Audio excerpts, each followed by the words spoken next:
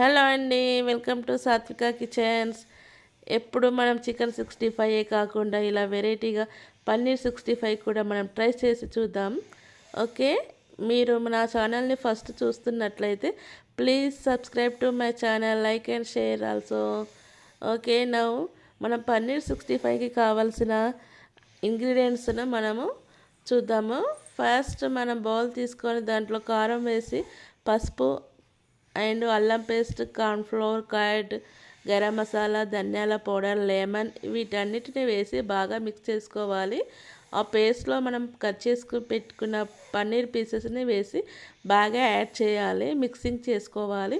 ఇప్పుడు ఆ మిక్స్ చేసుకున్న పన్నీర్ని మనం 10 మినిట్స్ పక్కన పెట్టాలి, మ్యాగ్నేట్ చేసి పక్కన పెట్టాలి.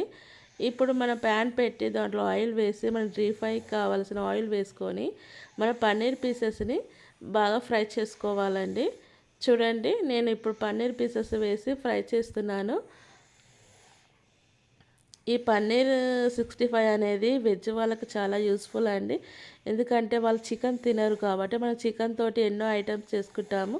బట్ పన్నీర్ తోటి ఇలా కూడా 65 చేసుకుంటే, పన్నీర్ 65 చేసుకుంటే చాలా బాగుంటుంది. సేమ్ లైక్ చికెన్ 65 లాగానే ఉంటుంది. చూడండి, నేను పన్నీర్ పీసెస్ వేసాను, ఆయిల్ ఫ్రై అవుతున్నాయి. చాలా స్లిమ్ మంటలతో మనము ఇది ఫ్రై చేసుకోవాలి. చూడండి ఎంత బాగా వచ్చాయి. ఇప్పుడు నెక్స్ట్ మళ్ళీ వేస్తాను.